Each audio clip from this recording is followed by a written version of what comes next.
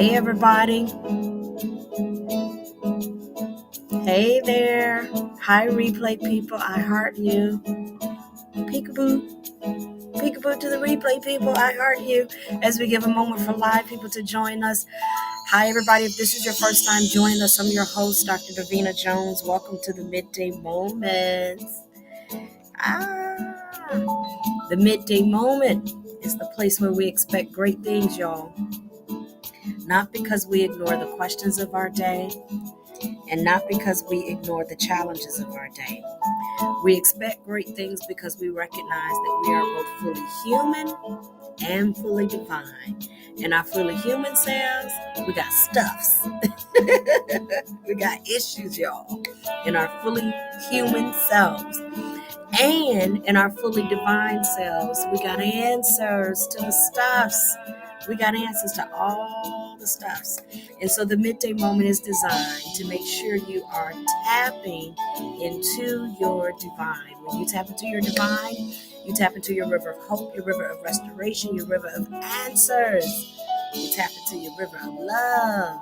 And we are not by ourselves. We are part of a larger network called Kingdom. And we have a full menu of Kingdom inspirations. And so if you're on our Facebook page, you can scroll through the Facebook page and you see our flyers, commercials of our other Kingdom opportunities.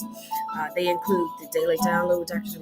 Pulley, the Power of Praise and Prayer with Elder Katrina Johnson-Smith, Illuminaries with Elder Ronaldo Casares, and A Night to Review with Elder Designate Kenneth Butler Jr. It's time for the midday moment. Come on, y'all. It's time for the midday moment. It's time for the midday moment. Whoa, it's time. In the middle of the day, I'm expecting great things. I'm expecting great things. Whoa, I'm expecting great things. I'm expecting great things. All right, where are we expecting? In my life, yeah, I'm expecting great things.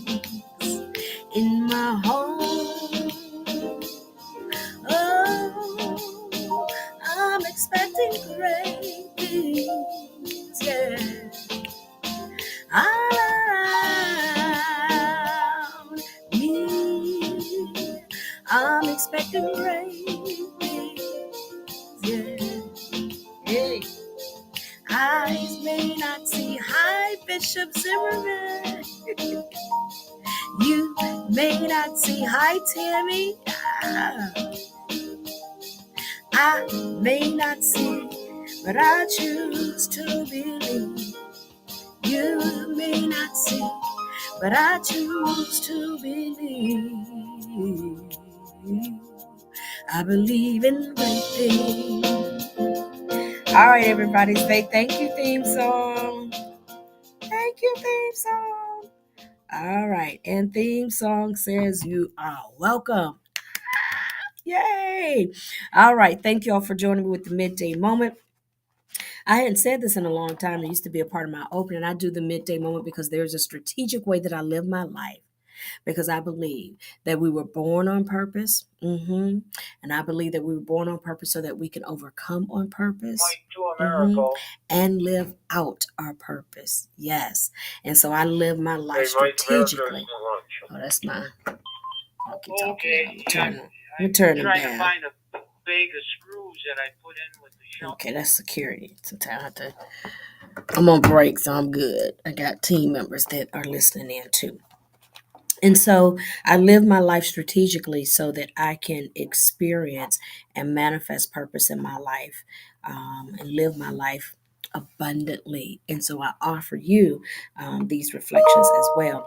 And so we've been reading together We've been reading together, and we are getting ready for the very, very, very last chapter in the book. Where we have really just milked the cow on this tiny book, but we've been in it for a while because we've been milking the cow on love. What the world needs now is love, sweet love. Yes, and so the book is written off of the premise that many times we make it very easy for people to be invited into the faith experience, but then we make it so complicated for you to have the faith experience. And so, this faith experience that we call Kingdom, it is our version of Christianity, is a new thought metaphysical version of Christianity, and it is based on three fundamental pillars: to love God, to see God as love, to see God as love, and to love God as love. Mhm. To love. And that something is real easy when you put it that way. To love, to see God as love, and to love, embrace love, exalt love, and that is to love God. And to see yourself as a manifestation of that love so that you love you, that you love and approve of yourself. And so we spent some time looking at that. And then, number three, that we see other people as well as a manifestation of that love and learn to love them also. Doesn't mean everybody's got to be my BFF, but I hold the consciousness of love even when you're not holding it for yourself. I'm holding it. All right. And so we talked about yesterday, we were talking about how to manage your opinions. That was so good. How to manage your opinions. We dealt with the power of pressure and preference. We dealt with how do you love when you don't like. Oh, we had some juicy stuff up in here the last couple of days. And so now we're closing this part out and then going into our very, very, very last section of the book, which is chapter 5. This is the very last chapter in the book. So we're going to close out chapter 4 with the section called Loving the Seen and the Unseen. John 1 and 4. If a man says, I love God, but hates his brother, he is a liar. For he who does not love his brother or sister, whom you can see, how can you love God, who you have not seen? So, Jones rule number 1. We say we love God, or actually, this is the foundation. We say we love God, but we haven't seen God. No man has seen God. No person has seen God because God is spirit, God is energy. That's God right there. Spirit, energy. God is all. God is spirit. God is energy. That's why it is very interesting when you do have a moment to study different religions and you can see the energy of love in parts of different religions because God is all. I'm thinking very much so right now, even about Native Americans. A lot of Native Americans have a special affinity in seeing God in nature. And so you haven't seen God because God is energy, God is spirit, right? So how can we say we love the energy and love spirit, and then when people come as a manifestation of that energy, we don't like them? That's like me dating somebody. You like me, but you can't take you. You know, I'm raising kids, and you can't stand any of my kids. I know some of y'all probably saying, "Well, that's different." But if you in love with me, we come as a package deal in many ways. I know there might be some nuances in there. I'm just giving a little example, okay? So I'm not willing to take anybody into my house, receive anybody into my house, or me take my children to their house. And you can't hold the conscience of love for all of us. Okay. All right. So again, I know might be some little nuances in there that you can parse out, but I think you get the gist of what I'm saying. So here are some examples. We say we love God, but Jones drill number 1. How do you treat the janitor? How do you treat the janitor? Be honest. Be honest. How do you treat the janitor? But you love God. How do you treat the janitor? We ready to talk about how we treat somebody because maybe they're a different skin color and all that. But how do you treat the janitor? Yeah. But you love God. How do you treat Jones rule number 2? Someone who has less money. Yeah, my students and I, we talk sometimes when I was teaching class, how there are people that they go to Target, but they won't step foot in a Walmart. I have a family member, I've shared this before. I have a friend of mine she has a family member Her son has uh, let's just say has had a health challenge, uses a wheelchair for mobility, and very sensitive to how people look at the son in the wheelchair, recognizing that people judge and treat her son differently because he's in a wheelchair. But she won't step foot in a Walmart because of the kind of people that go to Walmart. But you love God. You love God. You love God, but Jones, number one, how do you treat the janitor? Someone who has a position who it does not match the quote unquote hierarchy. It's not in your same pay grade. How do you treat them? You walk by them or you speak to them? How do you treat somebody with less money? Somebody that doesn't dress the same. Somebody that got all of their clothes from Walmart and you got all your clothes from St. John's or whatever that store is. I obviously don't shop there right now.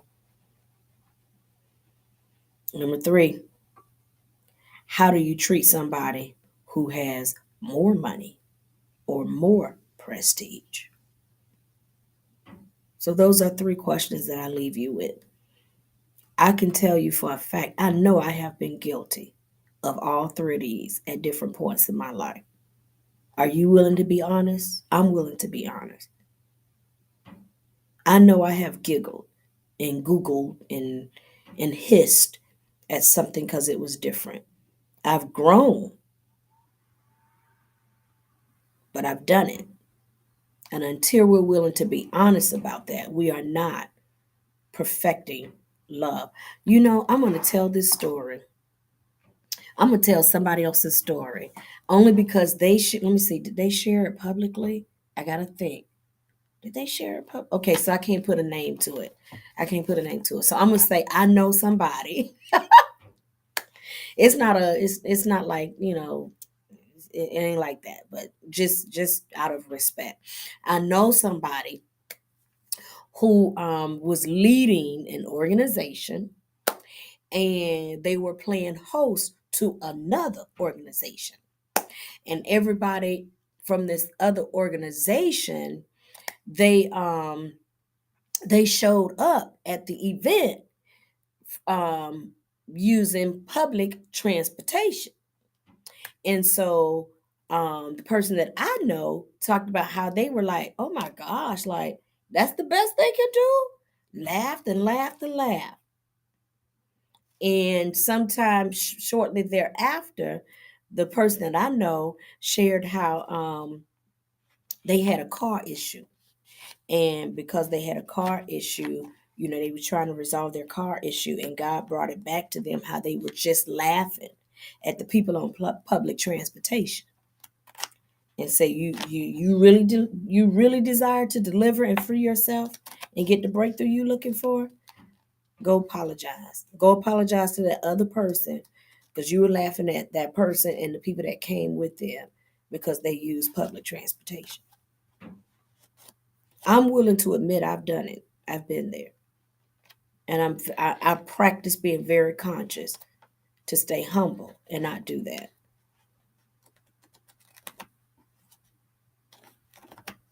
Love. How can you love God who you don't see, but we treat each other like this because somebody's doing public transportation, somebody's not. Because somebody of them wear all the latest and the greatest like you. Because they saving their money. You spending yours. Or whatever the case may be. So I encourage you today. You say you love God, then let's make sure we're loving each other. Because we are all a manifestation of God. How can you love what is spirit and energy that you can't even see? But we see each other and we treat each other these different ways because of our positions as the janitor, or because of how much money we make, or we don't look like that person. Let's get it together and let's love each other. We owe it to ourselves. You don't know what you're missing out. I've said it before and I'll say it again. The diversity of all that we are and all that we represent, our diversity, our diversity is for completion, not competition. And competition comes from fear, and perfect love cast out fear. When perfect love casts out your fear and perfect love casts out your competition, you're able to receive the diverse manifestations of love, the diverse manifestations of God. And when I tell you that answers sit in diversity, our peace sits in diversity. I was just working on a project. This morning I thought, oh my goodness, I'm probably gonna be about 3-4 hours on this project. But because I teamed up 15 minutes, we finish the first part of the project. And when I get off here, we're gonna go another 15 minutes or so and finish up the second part of the project. Diversity is for completion, not competition. You owe it to yourself. We owe it to each other to love, regardless of our position, regardless of our status, regardless of our attire, regardless of our appearance. We owe it to ourselves to love each other. That doesn't mean you get a chance to violate me. I know how to love you and let you live over there, but I still love you. And while you figuring out how to love me, I'm going to let you stay over there, but I still love you. All right. I got to go. I love y'all. Hugs and kisses. Hugs and kisses to each of you. Hugs and kisses. Bye, everybody. Have a good rest of the day. I'll see you back here tomorrow. Thank you for all your comments. Thank you for taking your lunch break with me. Or maybe some of you might be retired and you're like, you know what? I don't need no lunch break. I just get to do what I get to do when I get to do it. So thank you so much for sharing with me. I love you all. Take care. Blessings. Hugs and kisses. Mwah. God bless you and God be you.